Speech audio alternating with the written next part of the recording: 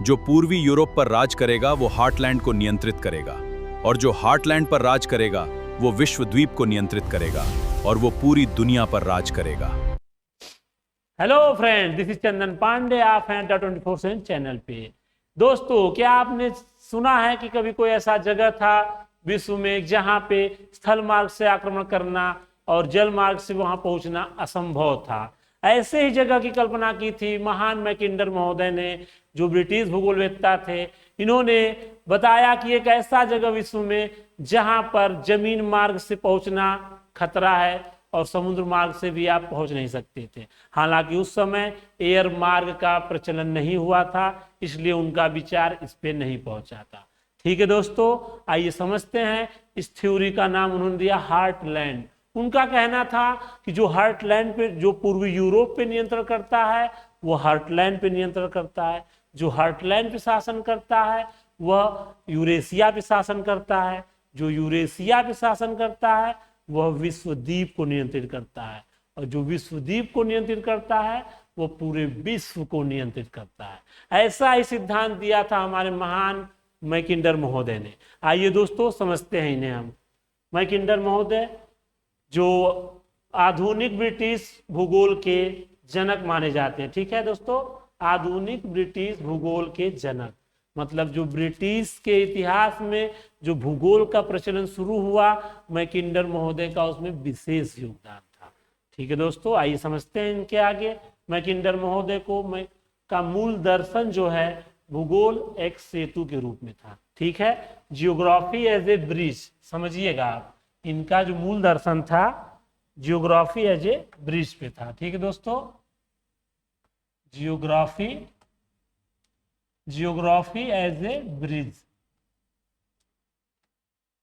उनका कहना था जियोग्राफी जो है ब्रिज के समान है, मतलब एक ऐसा ब्रिज जिससे कई सब्जेक्ट का रास्ता खुलता था।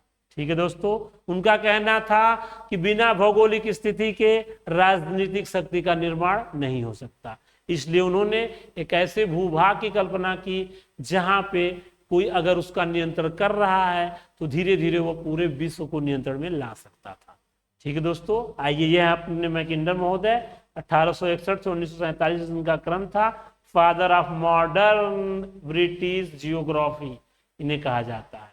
ठीक, आइए आगे बढ़ते हैं। इसी क्रम में इन्होंने 3 सिद्धांत दिए, महत्वपूर्ण 3 इनकी जो रचनाएं थी, जिससे इसे आप समझ सकते हैं, इसका क्रम समझ सकते हैं कि जो हार्टलैंड थ्योरी आई, फिर पीवट के बारे में इन्होंने बताया, एक धुरी क्षेत्र जहां पे सुरक्षित आप रह सकते हैं।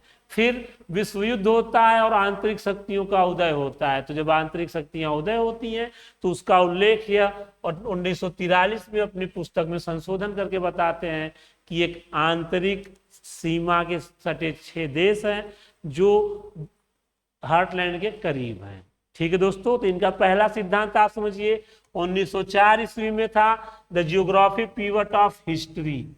ये आप समझिए, जो the geography pivot of history, इसमें इन्होंने धुरी क्षेत्र का उल्लेख किया था। धुरी क्षेत्र आप समझ सकते हैं दोस्तों, धुरी क्षेत्र मतलब एक पीवट एरिया, एक पीवट एरिया जहां पर आप सुरक्षित रह सकते थे।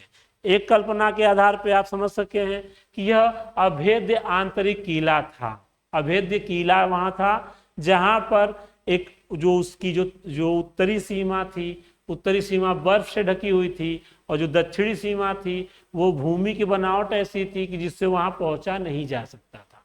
इसलिए उन्होंने एक पीवट एरिया बताया जहां अभेद्य आंतरिक भाग था। ठीक है, आइए दूसरा सिद्धांत उन्होंने दिया 1919 में। ये तो डायरेक्ट क्वेश्चन बना है कि उन्होंने हार्टलैंड थ्योरी कब दी है, तो आप बताएंगे 1919। सिर्फ इस पीपीटी से आपको 3 क्वेश्चन बनेगा। इसमें पूछता है कि इनके जो बुक्स थे कब कब आए, तो पहला है 1904 में, दूसरा 1919, तीसरा 1943 में। तो आप समझिए तीसरा आया था 1943 में, दूसरा आया था 1919 में। इसी में इन्होंने हार्टलैंड थ्योरी की बात कही थी। हार्टलैंड, जैसे कि हार्टलैंड शब्द दिया था जेम्स फेयरग्रीव ने 1915 में, लेकिन उसी शब्द को इन्होंने प्रयोग किया कि हार्टलैंड जैसी स्थिति कहाँ पाई जाएगी। ठीक है दोस्तों, आइए इनकी किताब को अच्छे समझते हैं। देखिए, जेम्स फेयरग्रीव ने हार्टलैंड शब्द दिया था कब? 1915 में। तो इसको भी याद समझिएगा। क्वेश्चन पूछता है कि हार्टलैंड शब्द किसने दिया। जनरली लोगों को यह पता होता है कि हार्टलैंड थ्योरी दी है मैकिंडर ने, लेकिन यहाँ हार्टलैंड शब्द दिया है जेम्स फेयरग्रीव ने 1915 में। ठीक है दोस्तों, आइए जो तीसरा इनका किताब था the round world and the winning of the peace, इसमें इन्होंने बताया था मिडलैंड के बारे में बताया था, मिडलैंड के बारे में बताया था, और इसका विस्तार लीना नदी तक रखा था। लीना नदी तक इसका विस्तार रखा और मिडलैंड थ्योरी दिया और उसी में बताया कि जो आंतरिक शक्तियां हैं विश्व युद्ध में, इनका सृजन हुआ है। ठीक है दोस्तों, तो इनकी 3 सबसे इंपॉर्टेंट किताब थी, the geography pivot of history, the democratic ideals and reality, the round world and the winning of the peace. ठीक है दोस्तों, आइए समझते हैं इसके आगे। यही देखिए ये फिगर, इसमें आप समझिए जो विश्वद्वीप की कल्पना ये किए हैं, उसमें एशिया, यूरोप और अफ्रीका है। ठीक है दोस्तों,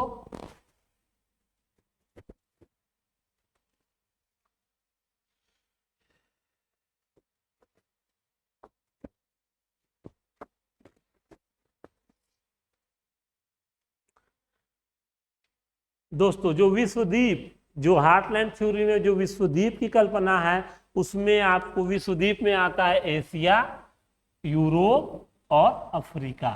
ठीक है दोस्तों, तो इसमें 3 क्षेत्र आते हैं, जो एशिया, यूरोप, अफ्रीका। ये देखिए हमारा पूरा विश्व का मैप दर्शाया गया है। इसी विशाल विश्वद्वीप पे जो हार्टलैंड थ्योरी है, इसी को बताती है कि जो पूर्वी यूरोप पे अधिकार करता है वो यूरेशिया पे शासन करता है, और जो यूरेशिया पे शासन करता है वो विश्वद्वीप को नियंत्रित करता है। ठीक है दोस्तों, आइए इसमें देखिए, इसमें आप देखिए जो हार्टलैंड हमारा क्या है, इसे हार्टलैंड को दर्शाया गया है। जो हार्टलैंड हमारा है, यहाँ एरिया है, देखिए जो ये हार्टलैंड को दर्शाता है। ठीक है, ये हार्टलैंड है। और फिर ये जो डिफरेंट कलर आपको दिख रहा है, यह है आंतरिक सीमा है। जैसे जो हार्टलैंड के आसपास की सीमाओं में जो क्षेत्र थे जो बहुत ही प्रभावशाली थे, उनको आंतरिक सीमा में रखा गया था। ठीक है दोस्तों, आइए देखिए, आंतरिक सीमा में एक क्वेश्चन पूछा गया था कि जो आंतरिक सीमा है, आंतरिक सीमा में कौन से देश शामिल नहीं है? तो आंतरिक सीमा में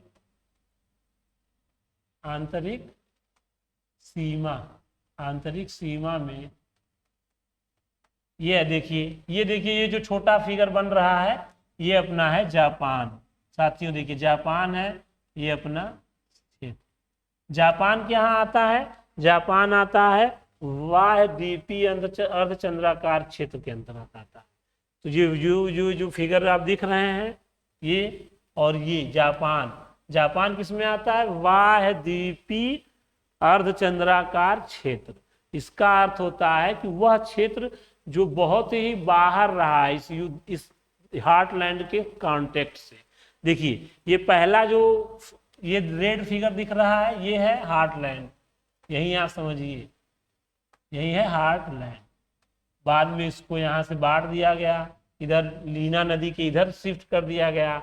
लेकिन जो मुख्य इसका एरिया है, ये देखिए, ये जो दिख रहा है, ये है आपका चाइना, ये चाइना है, ये इंडिया है। यह सब देश क्या है? ये देश है आंतरिक सीमा के अंदर थे हार्टलैंड में। और बाह्य सीमा में आता है आपका उत्तरी अमेरिका, दक्षिणी America, Greenland, south Africa, Africa महाद्वीप, और ऑस्ट्रेलिया आता है, और जापान आता है। ठीक है, तो इसको आप समझिएगा दोस्तों। ये जो बाह्य सीमा में देश आते हैं, ब्रिटेन, अमेरिका, ऑस्ट्रेलिया, जापान और समुद्र शक्तियां वाले जो क्षेत्र हैं। इसलिए जो हार्टलैंड है, हार्टलैंड के करीब है, हार्टलैंड के करीब आता है अर्धचंद्राकार क्षेत्र। ठीक है, अर्धचंद्राकार क्षेत्र जिसमें चाइना, इंडिया और जो दक्षिण एशिया के जो कुछ देश हैं इंपॉर्टेंट, ये आते हैं। ठीक है दोस्तों, आइए आगे बढ़ते हैं इसी क्रम में हम। समझते हैं कि ये इनका जो सत्ता का जो मूल मंत्र था इन्होंने दिया था, इन्होंने क्या दिया था? इन्होंने दिया था, सिंपल एक बात बताई थी कि जो पूर्वी यूरोप पे शासन करेगा वह हार्टलैंड को नियंत्रित करेगा। ठीक है दोस्तों, जो पूर्वी यूरोप पे शासन करेगा वो हार्टलैंड को नियंत्रित करेगा, जो हार्टलैंड को नियंत्रित करेगा वह यूरेशिया को नियंत्रित करेगा। ठीक है, यूरेशिया में क्या क्या आता था? यूरोप, अफ्रीका और एशिया। ठीक है, यूरेशिया।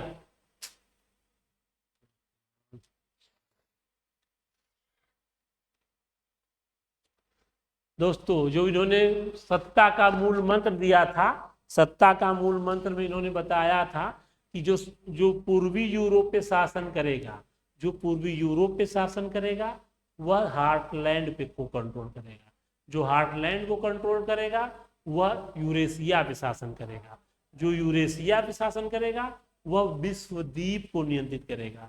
विश्वद्वीप में आता था यूरोप, एशिया, अफ्रीका। विश्वद्वीप को नियंत्रित करेगा, और जो विश्वद्वीप को नियंत्रित करेगा वह पूरे विश्व को नियंत्रित करेगा। ऐसा इन्होंने सिद्धांत दिया। इसको हम ऐसे फिगर के माध्यम से समझ सकते हैं। दोस्तों देखिए, जो ये आपके सामने है, इन्होंने कहा था जो पूर्वी यूरोप पर शासन करेगा, मतलब एक ऐसा क्षेत्र जो पूर्वी यूरोप है जो उसको नियंत्रित करेगा, वह नियंत्रित करेगा हृदय स्थल को नियंत्रित करेगा। देखिए, वह किसको नियंत्रित करेगा? हृदय स्थल को नियंत्रित करेगा। जो हृदय स्थल को नियंत्रित करेगा वह विश्वद्वीप पर शासन करेगा। ठीक है, और जो विश्वद्वीप को नियंत्रित करेगा वह पूरे विश्व को नियंत्रित करेगा। ठीक है दोस्तों, यही इसका एक क्रम है जिसे आप समझ सकते हैं आसानी से। ठीक है,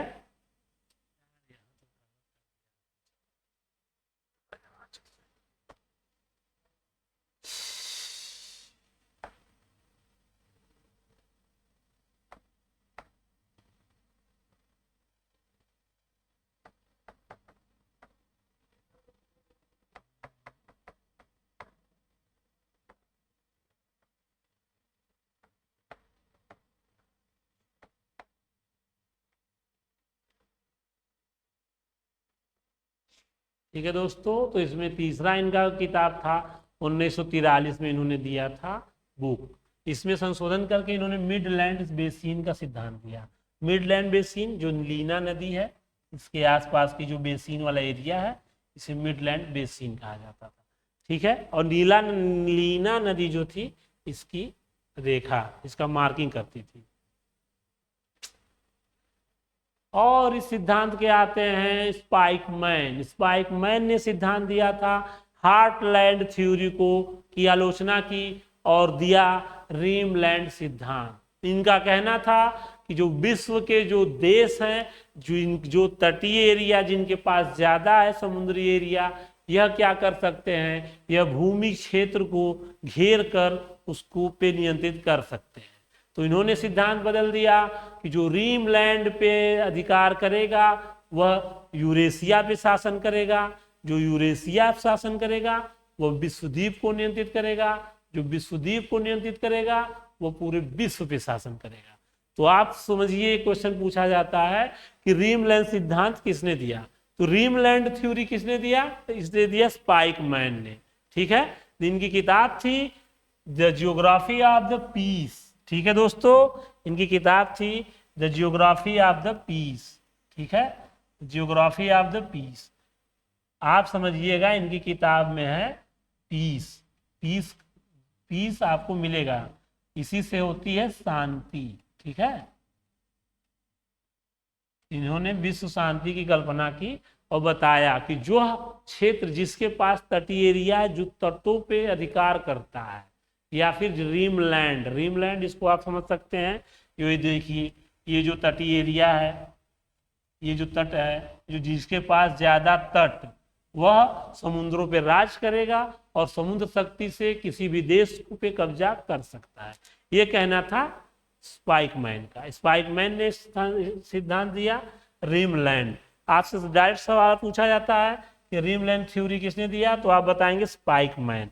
आप समझिए, इनका जो परिभाषा था, जो रीमलैंड को नियंत्रित करता है वो यूरेशिया पे शासन करेगा, और जो यूरेशिया पे शासन करता है वो विश्व के भाग्य को नियंत्रित करता है। ठीक है दोस्तों, तो आप समझिए कि स्पाइकमैन ने क्या सिद्धांत दिया।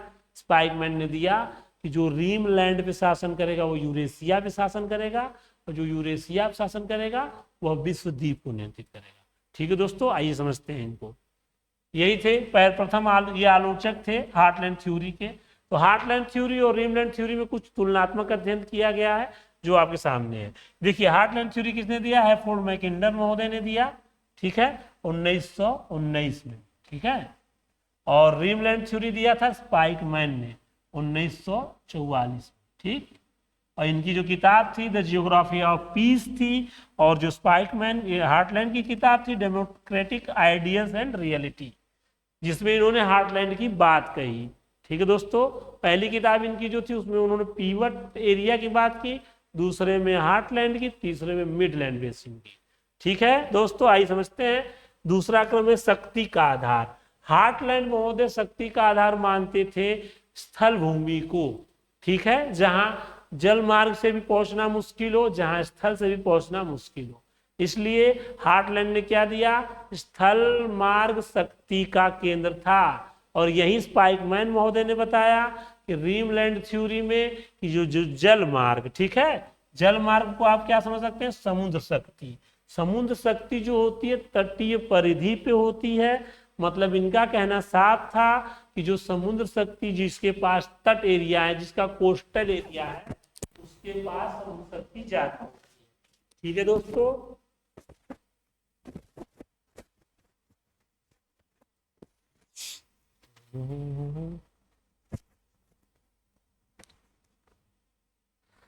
जिसके पास तटीय एरिया ज्यादा होती है, जिसके पास तट ज्यादा है, जैसे इंडिया हुआ, अमेरिका हुआ, इसको स्पाइकमैन कहते थे कि ये शक्ति के नियंत्रण करता है। यह क्या करते हैं कि पूरे विश्व में संतुलन स्थापित किए हैं। इनके पास समुद्र शक्ति ज्यादा है। और इसी में आप एक ही जोड़ सकते हैं कि स्थल शक्ति की बात कही है हार्टलैंड ने, और समुद्र शक्ति की बात कही है स्पाइकमैन ने। और यही आप समझ सकते हैं वायु शक्ति, ठीक है, यही आप याद कर लेंगे तो क्वेश्चन सॉल्व हो जाएगा। वायु शक्ति की बात करी है, वायु शक्ति की बात की है सेवेरस्की ने, ठीक है, सेवेरस्की महोदय क्या बात किए हैं? वायु शक्ति की। ठीक है दोस्तों,